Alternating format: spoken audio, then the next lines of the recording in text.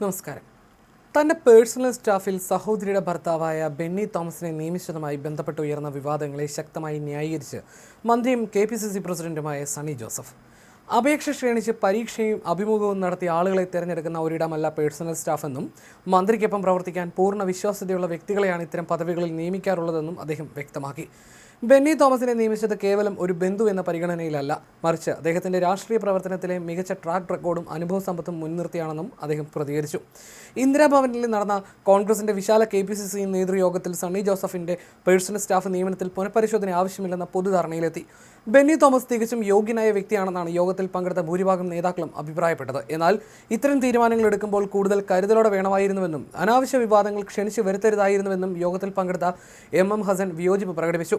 13 പേരെയാണ് സണ്ണി ജോസഫിന്റെ പേഴ്സണൽ സ്റ്റാഫിൽ ഉൾപ്പെടുത്തിയിരിക്കുന്നത്. അതിൽ 2 അഡീഷണൽ പ്രൈവറ്റ് സെക്രട്ടറിമാരിൽ ഒരാൾ ബെന്നി തോമസും മറ്റൊന്ന് സുദീപ് ജെയിംസുമാണ്. 13 പേരിൽ ഈ 2 പേരും സർക്കാർ ഉദ്യോഗസ്ഥരല്ല. സുദീപ് ജെയിംസ് കാലങ്ങളായി സണ്ണി ജോസഫിനൊപ്പമുള്ള ആളാണ്. സഹോദരിയുടെ ഭർത്താവായ Benny Thomas Kannur DCC general സെക്രട്ടറിയും മുൻ പഞ്ചായത്ത് പ്രസിഡന്റുമാണ്. നിയമസഭാ തെരഞ്ഞെടുപ്പിൽ പേരാവൂർ മണ്ഡലത്തിൽ തന്റെ ചീഫ് ഏജന്റായി പ്രവർത്തിച്ചതും DCC പ്രസിഡന്റ് ഔദ്യോഗികമായി ശുപാർശ ചെയ്തതുമായ വ്യക്തിയാണ് അദ്ദേഹമെന്നും മന്ത്രി വ്യക്തമാക്കി.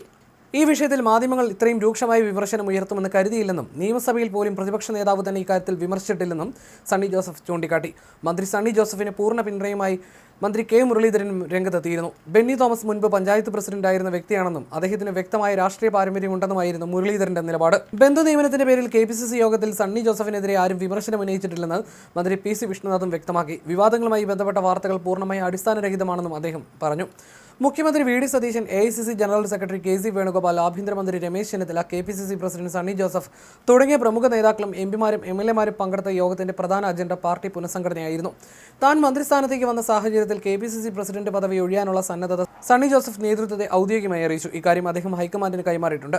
സണ്ണി ജോസഫിന് പുറമെ മന്ത്രിമാരായ വർക്കിംഗ് പ്രസിഡന്റുമാരും MLAമാരുമായി തിരഞ്ഞെടുക്കപ്പെട്ട 5 DCC പ്രസിഡന്റുമാരും തങ്ങളുടെ പദവികൾ രാജിവെക്കാൻ സന്നദ്ധത അറിയിച്ചിട്ടുണ്ട്. AICCയുടെ പ്രവർത്തന ശൈലിക്ക് അനുസൃതമായി പാർട്ടിയിൽ സമഗ്രമായ പുനഃസംഘടന ഉണ്ടാകുമെന്ന് KC വേണുഗോപാൽ വ്യക്തമാക്കി. സണ്ണി ജോസഫ് പദവി ഒഴിഞ്ഞാൽ ബെന്നി ബെഹനാൻ, കൊടിക്കുന്നിൽ സുരേഷ്, ജോസഫ് വാഴക്കൻ ഉൾപ്പെടെയുള്ള നേതാക്കളുടെ പേരുകളാണ് KPCC അധ്യക്ഷ പദവിയിലേക്ക് ഉയർന്നു കേൾക്കുന്നത്. KPCCയിലെ അടിമുടി പുനഃസംഘടനയാണ് AICC ആലോചിക്കുന്നതെന്നാണ് വിവരം. KPCCയിലെ മുഴുവൻ ഭാരവാഹികളെയും മാറ്റാനാണ് സാധ്യത. അങ്ങനെയെങ്കിൽ വർക്കിംഗ് പ്രസിഡന്റുമാരായ AP അനിൽകുമാറിനും PC വിഷ്ണുനാഥിനും പകരക്കാർ വരും. Kozhikode DCC president advocate Praveen കുമാറിന്റെ പേരും മുൻ ആരോഗ്യമന്ത്രി VS സുനിൽകുമാറിന്റെ പേരും ഉൾപ്പെടെ പരിഗണനയിലുണ്ട്. നേരത്തെ സ്ഥാനാർത്ഥിത്തിലേക്ക് പരിഗണിക്കപ്പെട്ട് അവസരം ലഭിക്കാതെ പോയ നേതാക്കളെ അടക്കം ഉൾപ്പെടുത്തിയാകും പുതിയ KPCC രൂപീകരിക്കുക. ശുപാർശകളുമായി വരുമ്പോൾ ശ്രദ്ധിക്കണമെന്ന് മുഖ്യമന്ത്രി VD സതീശനും യോഗത്തിൽ വ്യക്തമാക്കി. 10 വർഷമായി ഉപദ്രവിച്ചവർക്ക് വേണ്ടി ശുപാർശയുമായി വരരുത്. ശുപാർശ ഏറ്റെടുക്കും മുമ്പ് സ്വയം പരിശോധിക്കണമെന്നും അദ്ദേഹം ആവശ്യപ്പെട്ടു.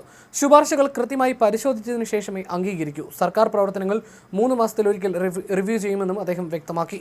സർക്കാരിനെയും പാർട്ടിയും ഏകോപിപ്പിക്കാൻ കമ്മിറ്റി രൂപീകരിക്കണമെന്ന ആവശ്യവും KPCCയിൽ ഉയർന്നു. ഉമ്മൻചാണ്ടി സർക്കാരിന്റെ കാലത്തെ പ്രതിസന്ധികൾ ചൂണ്ടിക്കാട്ടിയായിരുന്നു ആവശ്യം ഉന്നയിക്കപ്പെട്ടത്.